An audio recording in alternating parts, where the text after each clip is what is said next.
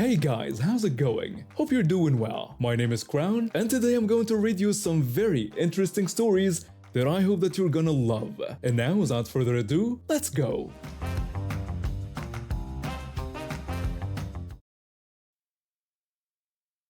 I've been working at this local bar for about 3 years now. Started as just a part-time gig while I was finishing my degree, but the flexible hours and decent tips made it worth staying on full-time after graduation.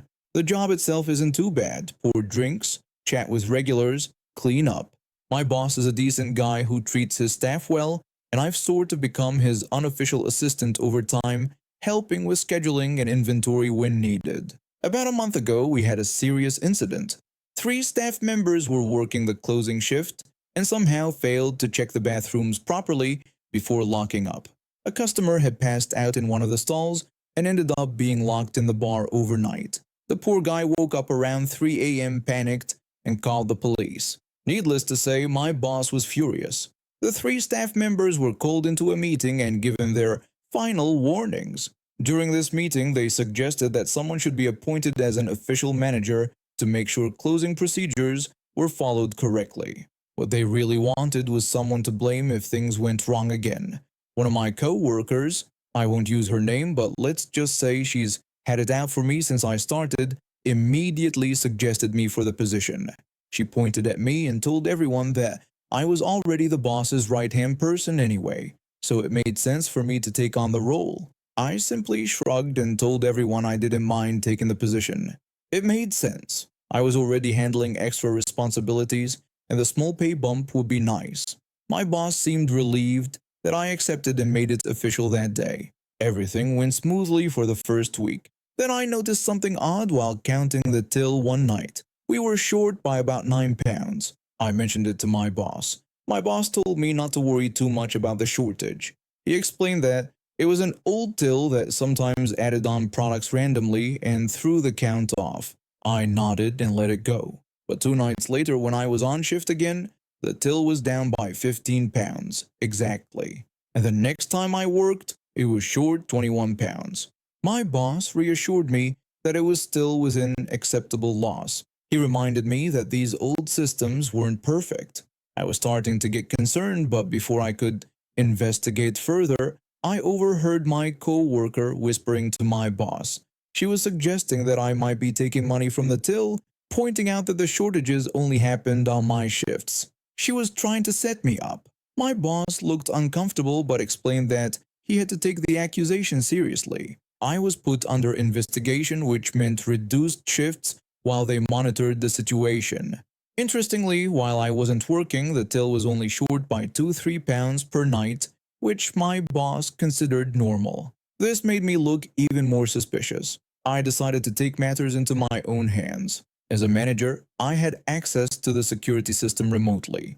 So one night at home, I started going through the closed-circuit television footage from my shifts. What I discovered was shocking. It wasn't me taking money. It was her. The camera angle only showed the right side of the till, and she was clever about it.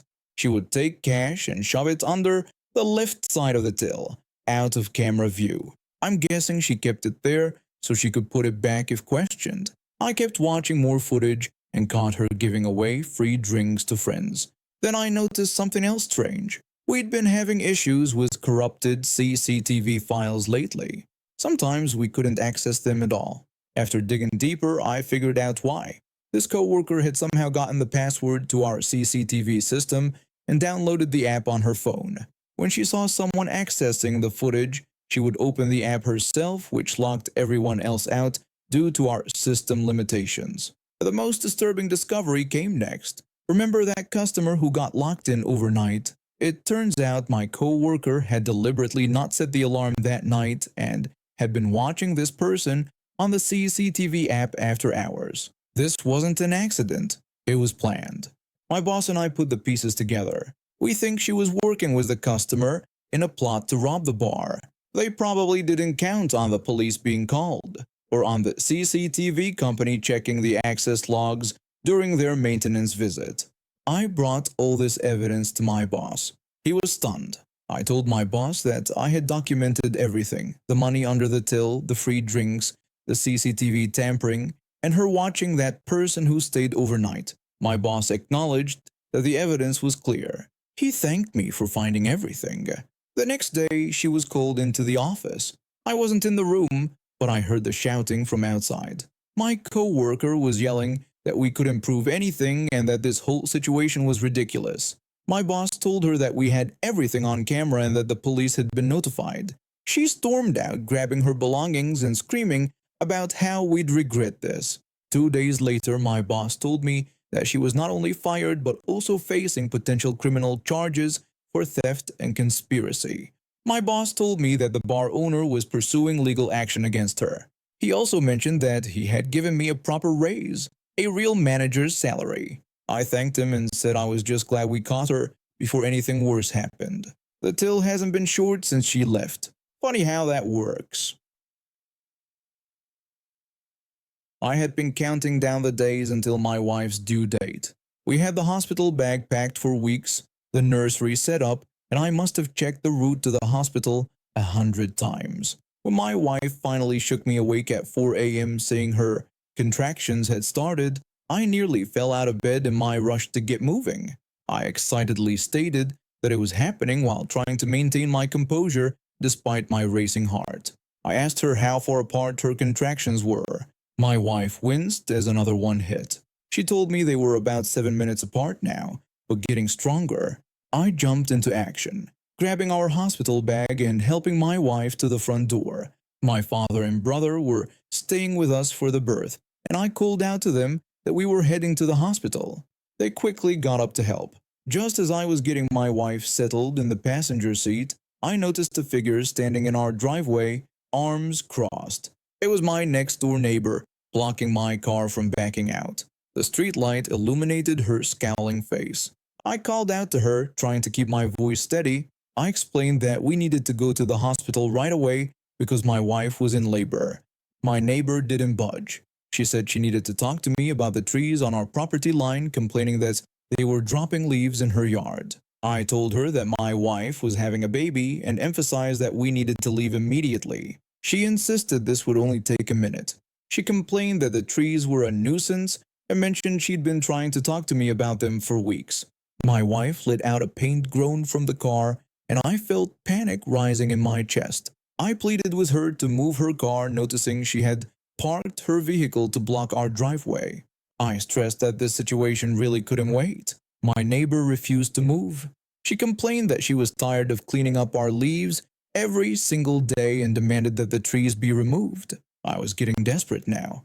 I promised we could discuss this when we got back, but explained that my wife needed medical attention. My neighbor still refused to move until we resolved the issue, insisting it was important to her. By this point, my father and brother had come outside to see what the holdup was. My brother asked what was going on and why we weren't leaving yet. I explained the situation quickly, my voice shaking with frustration. My father approached my neighbor and he addressed her as ma'am and pointed out that there was a woman in labor. He suggested that whatever issue she had with the trees could be addressed later. My neighbor complained that she'd been trying to address it later for weeks and that no one took her seriously. My wife called out from the car window, clearly in pain. She begged for us to go to the hospital. My neighbor didn't even look at her. She just stood there with her keys dangling from her finger, a stubborn expression on her face.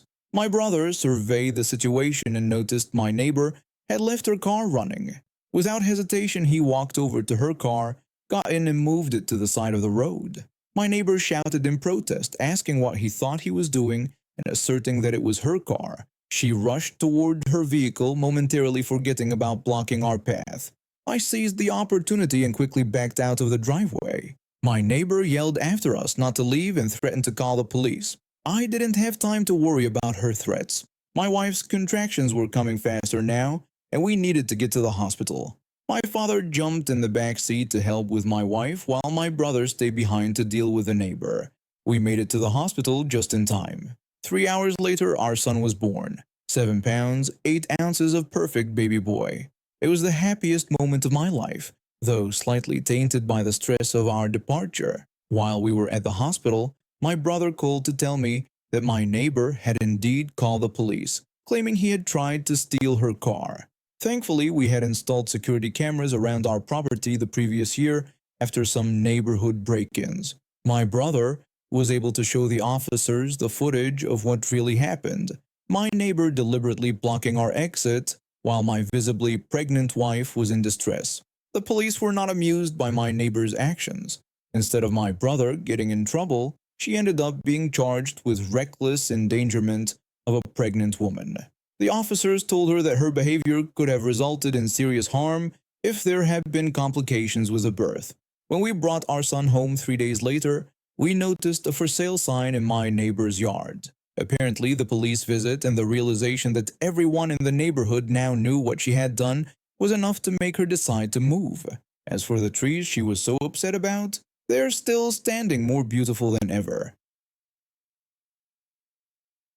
I've been working at this marina on a First Nations reserve for almost a year now, and I couldn't ask for a better job. The management treats us incredibly well, the views are stunning, and most of the customers are pleasant. The marina is part of a small plaza that includes a restaurant, tobacco shop, and a recently opened cannabis store. We do full-service gas pumping for both boats and cars. I'm not First Nations myself, I'm actually very Caucasian, but I've always felt welcome and respected here. I grew up in a small town about 20 miles from the reserve. After dropping out of college, turns out engineering wasn't for me, I struggled to find decent work. When a friend mentioned the marina was hiring, I jumped at the opportunity. Despite my initial nervousness about being an outsider, the community has been nothing but kind to me. Our marina has some strict rules, especially since the pandemic hit. The reserve is only open to residents and property owners, which some tourists don't seem to understand. That's why on busy weekends, like Canadian Thanksgiving, we have a First Nations police officer stationed at the plaza to keep things orderly. This past Saturday was absolutely packed. My co-worker and I were running back and forth between the lakeside and roadside pumps, barely keeping up with the demand. The officer on duty that day is someone I respect immensely. Even though I've had negative experiences with police in the past, this guy is genuinely one of the good ones. Fair, respectful, and just doing his job. During our busiest rush, a woman pulled up to my pump. Instead of telling me she needed gas, she just got out of her car and started walking away. There was already a line forming behind her. I politely asked her if she was getting gas. She rudely responded that she wasn't, her tone making it clear she had no interest in further conversation. I explained that she would need to move her car since other people were waiting, but she completely ignored me and continued walking toward the other side of the plaza. The officer noticed what was happening and intercepted her. I couldn't hear their entire conversation, but I caught her defensively claiming she knew her rights and didn't understand why she was being approached. The officer told her that she was banned from the premises. They moved back toward her car while I tried to calm down the increasingly frustrated customers in line. The officer reminded her that she was banned from the premises for 30 days, and that since this happened 9 days ago, she still had 3 weeks until she would be allowed on First Nations land. She protested, claiming she wasn't actually on plaza property yet, just at the gas station, and questioned his authority to speak to her that way. The officer patiently explained that the entire area from one specific tree to another was First Nations land, and therefore plaza property, and repeated his request for her to leave.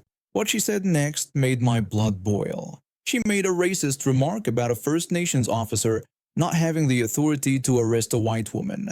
Then she looked at me expectantly, seeking validation for her racism. When I said nothing, she called me a traitor and continued complaining about how she had been treated back there. The officer repeated his instruction that she had been banned from the entire plaza for 30 days and needed to leave immediately. She argued that he wasn't a real cop and had no authority over her, using another racial slur in the process. The officer assured her that he was indeed a member of the reserve's police department with full authority to arrest her like any other police officer. She threatened to sue the plaza and get everyone fired, gesturing at me too, even though I was back inside helping another customer pay for boat gas and snacks. The officer told her that if she didn't leave, he would have to arrest her, and if she returned within the next 3 weeks, she would also be arrested. Realizing he'd called her bluff, she huffed, got back in her car, and mumbled another racial slur before driving off. The next day was extremely slow. I'd been watching Netflix almost my entire shift. Then I saw my coworker walking over from the parking lot to start his shift. Behind him was the same woman, now being pushed against a car and handcuffed by our officer. I couldn't hear everything, but the woman was loudly protesting about being arrested by a First Nations officer, threatening to get him fired and sue everyone involved. The officer led her to the other side of the parking lot. Though I couldn't see them anymore, I could still hear her yelling obscenities. Later, the officer filled me in on what happened. Apparently, she'd come back wanting to videotape the cannabis shop to document what she claimed were health hazards, bad products, and safety issues. This was ridiculous considering the cannabis store had only been open for less than a year, and the licensing process is incredibly strict. Everything in there was brand new and up to code. When the officer tried to arrest her, she actually called 911. She called the police on the police. Her justification was that he wasn't a real cop because he was First Nations. So while our officer had to explain the situation to the other police department, she continued screaming in the background. The other police department confirmed our officer's authority, of course. They released her eventually, but extended her ban from the reserve indefinitely. My co-worker and I couldn't stop laughing about it. The entitlement of some people is truly astounding. The officer handled it perfectly though, professional throughout the entire ordeal despite her racist remarks. I later found out this wasn't her first offense. According to my boss, she had been coming to the cannabis shop almost every other day, constantly complaining about bad products and causing scenes. Her 30-day ban had been the result of a nasty incident. Now she's banned for good, and the plaza is much more peaceful without her racist tirades. I've been a nurse for 8 years, working mostly in orthopedics. I pride myself on making patients comfortable during their vulnerable moments. But there was one time I broke my own kindness rule. I don't regret it. 2 years ago, I was working with a patient who'd had hip replacement surgery 5 days earlier. He wasn't outright rude at first, just entitled, the type who treats hospital staff like servants. That morning during medication rounds, I found him in the hallway scrolling through his phone. I approached with his acetaminophen, regular pain meds that taste terribly bitter if not swallowed quickly. I greeted him politely and told him it was medication time. He barely acknowledged me with a muttered whatever. When I handed him the pills, he unwrapped them and threw the wrapper straight onto the floor, despite a trash can being just 2 feet away. I pointed out that he'd thrown garbage on the floor. His dismissive "so what" response made my blood simmer. When I suggested he could have given me the wrapper to dispose of, he told me not to worry because the maid would pick it up. He put the pills in his mouth and wheeled toward his room for water. I picked up his trash, counting to 10 to calm myself down. Following him to his room, I watched as his wheelchair bumped his bedside table. The table wobbled, causing his large water bottle to fall to the opposite side, completely out of his reach. With his hip replacement, he couldn't maneuver to get it. He was now stuck with dissolving bitter pills and no water. He tried explaining his predicament, but I cut him off, saying not to worry because the maid would pick it up. I then turned to check on another patient, deliberately taking my time while watching him struggle with the increasingly bitter paste in his mouth. He called out again, but I claimed I needed to check on other patients first. I moved methodically through the room, checking on all other patients while ignoring his growing distress. Finally, as I prepared to leave, he desperately explained that he needed his water for the pills. I feigned surprise, apologizing and claiming I thought he just wanted something thrown away. I retrieved his bottle, adding pointedly that helping patients was my job, not the maid's. The look on his face was insane as he gulped water to wash away the horrible taste. For the rest of his stay, he was noticeably polite to all staff. He always used the trash can and even thanked the environmental services worker who cleaned his room. Sometimes a little taste of your own medicine, bitter as it may be, is exactly what's needed. And now we have reached the end of today's stories. Thank you for watching, and see you next time.